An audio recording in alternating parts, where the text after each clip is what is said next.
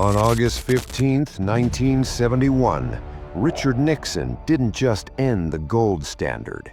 He quietly signed the eviction notice for the global middle class. While the public was told this was a temporary measure to stabilize the dollar, the elite understood the quiet part out loud. The rules of money had been fundamentally re-engineered. This was the birth of the predator economy, a system designed not to reward labor, but to harvest it. If you feel like the economic game is rigged against you, it is because it is. You are currently living in an environmental prison where the bars are made of inflation, debt, and psychological programming. This is not a conspiracy. It is the forensic reality of how wealth is concentrated through asymmetric warfare. Most people are losing this war because they are fighting with 20th century hustle tactics in a 21st century zero-sum game. They are trading their most valuable asset, time, for a currency that is designed to melt away. But there is a second, hidden layer to this prison. A psychological glitch keeps the disenfranchised aspirant in a loop of perpetual failure. To understand it, we must look at the missing key of power, one that the wealthiest individuals use every day, but will never admit to in polite conversation. The first trap is the education scam. From the age of 5, you were processed through a system designed to create employees, not sovereigns. Schools do not teach you how to acquire assets. They teach you how to be a high-functioning cog in someone else's machine. They focus on soft skills for emotional compliance while withholding the hard skills of social survival and Machiavellian strategy. This leads to a profound cognitive bias. You have been programmed to believe that working hard is the primary mechanism of wealth creation. This is a lie designed to keep you productive, while the elite utilize arbitrage, the art of exploiting the price difference between your output and your wages. To navigate this, you must master the science of belief. The elite do not just own companies, they own narratives. Think of figures like Steve Jobs. He didn't just sell computers, he sold a cult-like identity using a specific psychological law of power. He understood that reputation is the cornerstone of influence. If you lack a controlled digital footprint or a strategic image, you are invisible to the system. But having a reputation isn't enough. There is a narrative loop at play. Even if you have the skills, if you cannot frame your value within the current matrix of search trends and consumer intent, you will remain broke. You are chasing the 9-to-5 model, while the world has migrated towards specific, tactical methodologies for success. The second trap is the predator economy's use of debt. The modern audience is currently being squeezed by a hidden history of money that most refuse to study. While broke people use debt to buy cheap dopamine, social media-driven consumer goods, the wealthy use debt as a weapon for asymmetric advantage. They understand the debt arbitrage trap. When the central banks print money, the first receivers of that money, the banks and the ultra-wealthy, can spend it before prices rise. By the time that money reaches you, its purchasing power has evaporated. This is why staying broke is a question of timing, not just effort. You are told to save, yet the system is engineered to punish savers through inflation. The rich person's loop involves investing in assets that fight the predator, while the broke person's loop involves saving cash that the predator is actively devaluing. This is a zero-sum game where your safety is their profit margin. To escape the prison, you must adopt the shadow traits of the billionaires you were taught to admire from a distance. We are told Warren Buffett is just patient, but a forensic analysis reveals a different mechanism. Buffett utilizes a psychological framework of strategic dominance.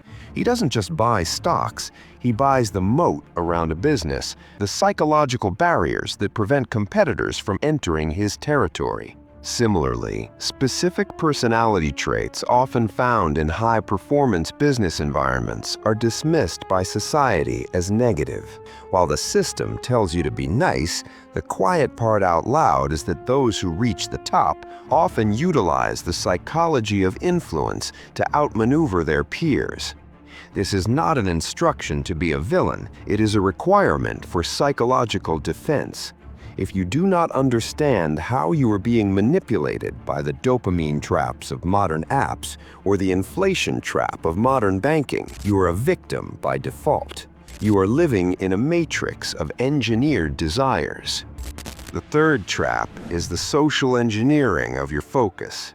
In the predator economy, your attention is the ultimate commodity. Every second you spend scrolling through curated envy is a second you are not building your own arsenal. The system thrives on your dissatisfaction. It feeds you a constant stream of low-value information to ensure your cognitive bandwidth is too occupied to recognize the bars of the cage. This is asymmetric warfare on your consciousness. They have the algorithms, you only have your willpower. And in a fight between a multi-billion-dollar AI and your tired brain after an 8-hour shift, the AI wins every time. This leads to a state of learned helplessness. When you see the gap between your reality and the digital illusions of the elite, the brain triggers a stress response that often leads to more consumption as a coping mechanism. You buy things you don't need with money you don't have to impress people you don't like. This is the definition of the broke loop. It is a self-reinforcing cycle of financial and psychological depletion. To break it, you must engage in a prison break protocol that is as much about what you stop doing as what you start doing. The solution? It is not budgeting or taking cold showers. Those are low-level tactics for people who want to feel better while they stay in the cage. A true prison break requires a complete re-engineering of your psychological arsenal. First, you must starve the enemy. Stop giving your attention and capital to the corporations that profit from your disenfranchisement. This means a literal dopamine detox, disconnecting from the cheap dopamine of social media and junk food that kills your ambition. If they can control your impulses, they can control your bank account. Second, you must acquire assets that fight. Move your capital into asymmetric assets. Whether it is high-income skills like Machiavellian strategy or financial tools that hedge against inflation, every dollar must be a soldier in your war for sovereignty. You must treat social dynamics as a corporate playbook. Guarding your reputation is your life. Achieving strategic dominance over the systems that try to limit you is your only objective. Third, you must adopt what is known as monk mode. Disappear for 6 months. Yes, this might sound like an advice you may have heard many times, but let me tell you why it is necessary. Isolation is the only way to reset your brain from the systemic engineering that has made you comfortable with being broke. The digital content landscape has shifted. We are no longer in the era of the loud vlogger.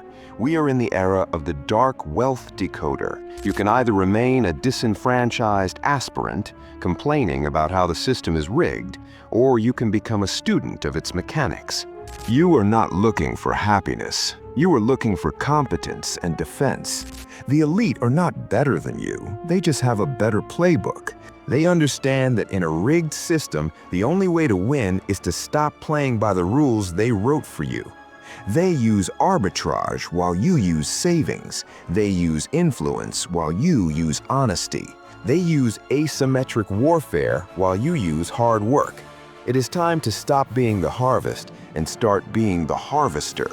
The choice is the only thing they haven't figured out how to tax yet. You can continue to view your financial situation as a series of unfortunate events, or you can see it for what it truly is. A calculated outcome of a psychological and economic architecture. The Matrix is not a movie. It is a series of loops designed to harvest your potential. You can remain a resident, or you can become a player. The protocol is now in your hands. Whether you use it to build your own fortress or continue to fortify theirs is entirely up to you. The shadow of the predator is long, but it cannot touch what it cannot catch. It is time to move. It is time to break the loop. Escape the protocol.